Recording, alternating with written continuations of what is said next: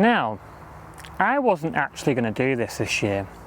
A couple of years ago I planted some Christmas potatoes. I tried it for the first time, and by October the blight had gotten them, and by Christmas we had some very pathetic, very small potatoes. That is the yield. I have nothing to say. We couldn't really do anything with them potatoes. Yeah, it was a complete failure. But we can't let our past failures dictate what we do in the future. I can't just not try again because we've failed once. We're gonna give it a go and try again. We're probably pushing our luck a little bit, and it is a bit of a gamble. We may end up with the same problem again. But I'm gonna grow much less varieties. I'm just gonna grow the one variety. I'm just gonna do Charlotte potatoes, 4 buckets, and then any extra I have, I'm going to stick them in a raised bed, because I had to pull out some brassicas because they had club root. It's very specific to the brassica family, so we're going to have no problems with that with the potatoes. So a bit of empty space in the raised beds should be fine for the potatoes. So what I've done here is I've got 4 buckets. I'm just using spent compost from the main crop potatoes, but I have added some bloodfish and bone. I've added some chicken manure pellets for some nitrogen as well, and I'm also going to add just a couple of handfuls of fresh compost here.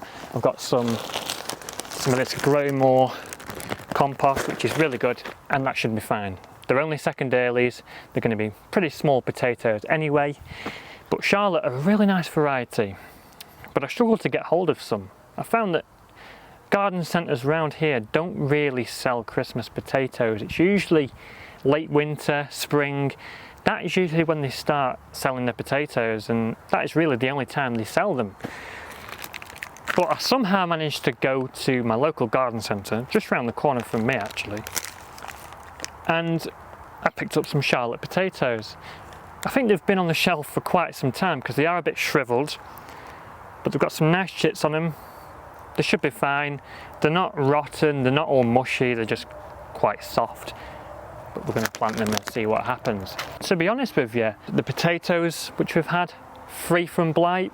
The tomatoes, not a single bit of blight on them, but it has been a very dry summer, so that's probably why. So we might be all right with these. Anyway, let's open the potatoes and see what we've got. Yeah, I struggled to find seed potatoes local to me, but I managed to get these. These are clearly sold originally as potatoes for planting in the spring. These are not intended for seed potatoes for Christmas, but this is a variety you can grow for Christmas potatoes. To be honest, they're okay. There are massive chits on them, but should be okay. Blimey. Yeah, some really big chits on these. Charlotte are a lovely variety. They're a nice salad variety. Lovely waxy potatoes. And usually very productive. Although when I grew them 2 years ago, they weren't very productive at all. So yeah, they are drier than a witch's broomstick, but they are plantable and they will give us a crop. I think these will be okay.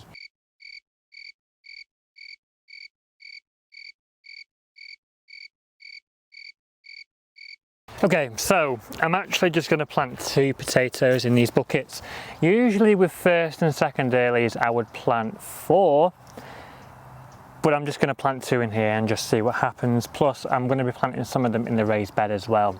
And I actually might compare the results, although it's not a controlled test. I'm just going to see what happens. I'm just going to throw them in. So I'm just mixing these up. This is, like I said, spent compost, which also had a little bit of well-rotted horse manure in there, which is completely broken down now into the compost as well. I've put some chicken manure pellets in there and some bloodfish and bone as well in there. It's all been mixed through now. I've just put a bit on top as well. We're having a very warm spell at the moment in the UK, a bit of a heat wave. well, I suppose it's not really that bad. It's, you know, it's only like what, 27 degrees. That is considered a heat wave in the UK, and all these weather channels make out that we're getting cooked alive, but really it's just a nice summer's day. So we've got our seed potatoes. I'm just going to do 2 per bucket, like I said. I'm going down about halfway down the bucket, roughly.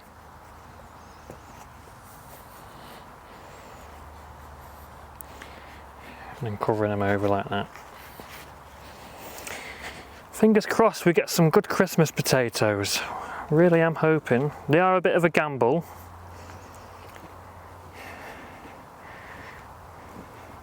There's always a gamble involved, isn't there?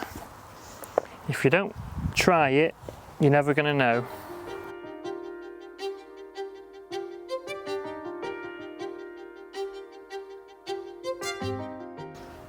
Yeah, we are doing these a bit differently to normal. Normally I would layer them.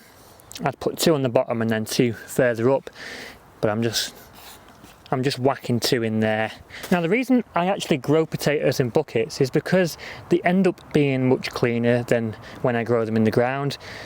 When I grow them in the ground, I end up with slug damage and wireworm damage. The wireworm damage is the worst. They burrow holes through the entire potato and it's not really usable after that. But when I grow them in buckets, I just end up with cleaner potatoes. They're always much cleaner.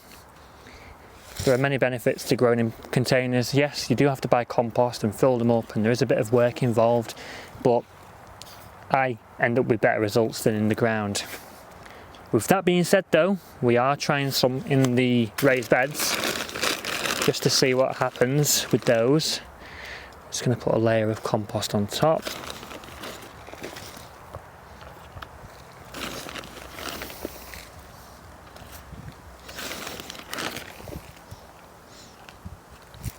Yes, I probably could get away with planting 4 per bucket, but I just want to do 2, to be honest. I don't know why, I just want to do 2 because I want to save some for the raised beds. So I'm applying a strulch mulch on top there to make things easier with watering, holding that moisture.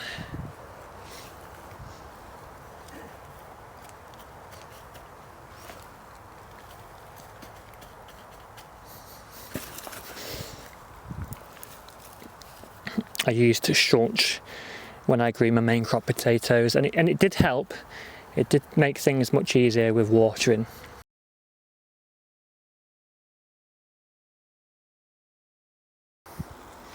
Okay, so I am going to leave these here. I'm not going to move them into the greenhouse. I think that's where I went wrong a couple of years ago.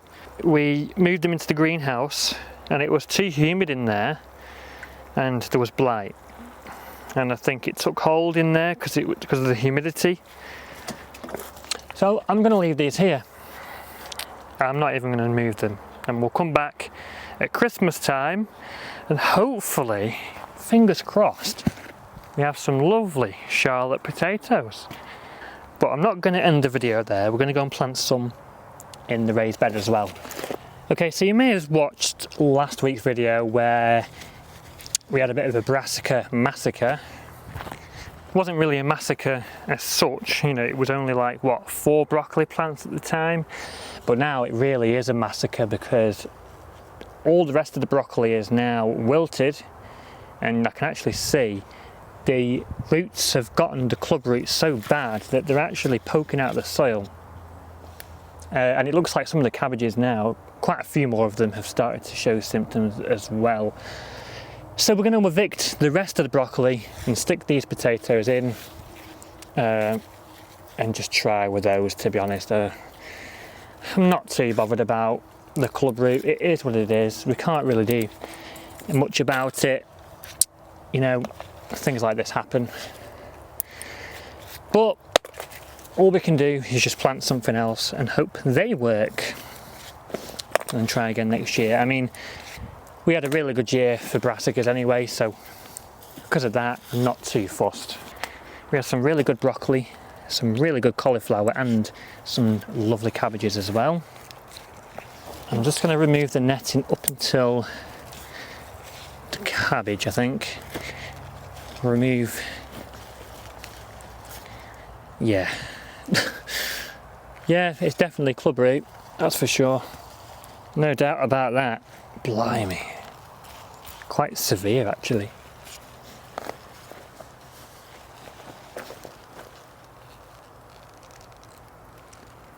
Yeah, so that's what's happened with the broccoli. So I'm not actually going to add any nutrients to this soil because I've already done that before I planted the broccoli. All them nutrients that I put in here for the broccoli, they've not been used. Okay, let's plant the potatoes in the raised bed now. I've not grown potatoes in the ground for quite some time. We're really pushing our luck here. We're pushing our luck growing Christmas potatoes in the first place, but we're really pushing our luck growing them in the ground again after we had that disaster about 3 years ago. Blimey, yeah. There was one bed 3 years ago and the entire bed was affected by the wireworm. We didn't get a single potato from one entire bed. It was quite ridiculous. So this is the first time growing them in the ground since then. I'm feeling very brave. So I'm just going to plant, I'm just going to throw them in, to be honest with you. I'm just going to dig a hole and whack them in.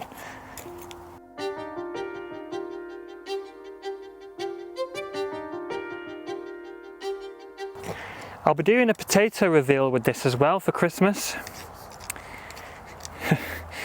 Last time I did a potato reveal, I was dressed in a Santa costume.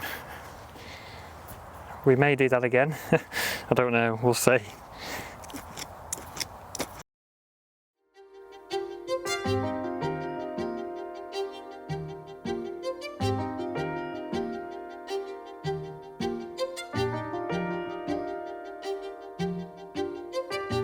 How do you think these will do? Do you think they'll do well, or do you think we'll get the blight? We might have a lucky one-off, a fluke, maybe, I don't know. It all depends on the weather, it really does. Every year's different. Some years we might have a successful crop with something, and then next year it might be awful. This year though, most crops have done well. Honestly, most crops have been really good. The tomatoes haven't been as good. The heritage varieties didn't grow at all. We still got a half decent crop, I think, with the hybrids though. They're alright, but not as good as usual with the tomatoes. But you win some and you lose some.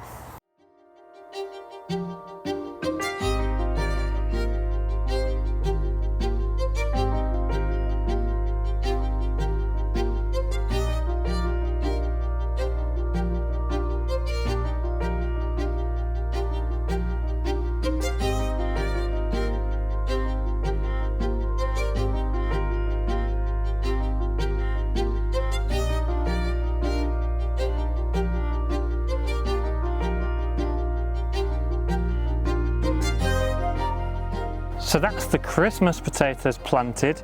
I'm risking it for a biscuit and it is all a gamble, but fingers crossed they do well.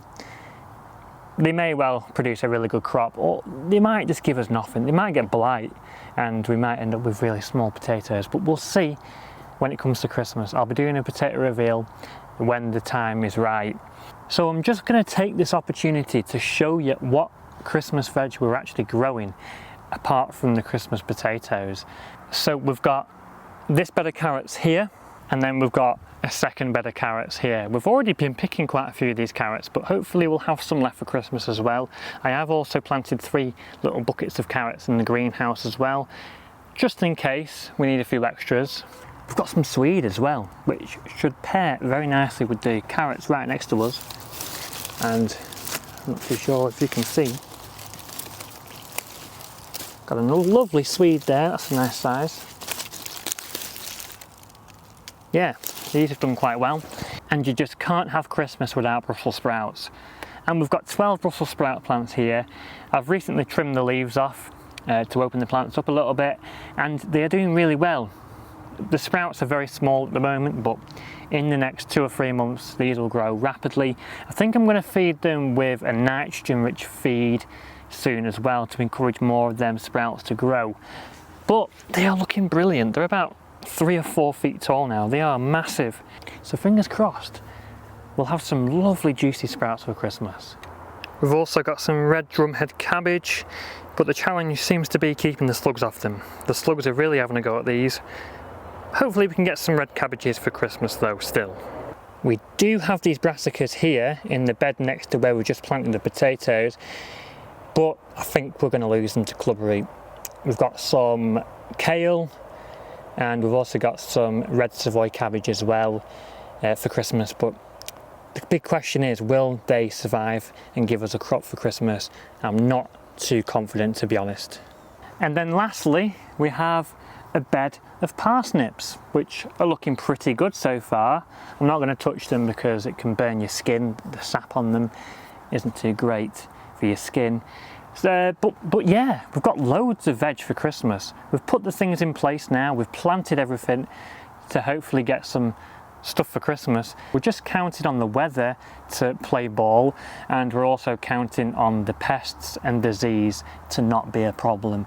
But all being well, we should have some lovely Christmas veg and hopefully some lovely Christmas potatoes. So let me know what you guys think. Let me know what you're growing for Christmas. Are you planting Christmas potatoes? Do let me know in the comments below. And if you enjoyed this video, remember to hit the like button, comment as well. Helps the algorithm, and I try and reply to all the comments when I can as well. And if you haven't already and you want to see more videos in the future, hit the subscribe button and press the bell icon as well, and you'll never miss whenever I upload these videos every single week. So that's all for now, guys. That's me planting the Christmas potatoes. I'll come back in a few months and see how they've done. I'll see you in the next one, and as always, happy gardening and stay safe.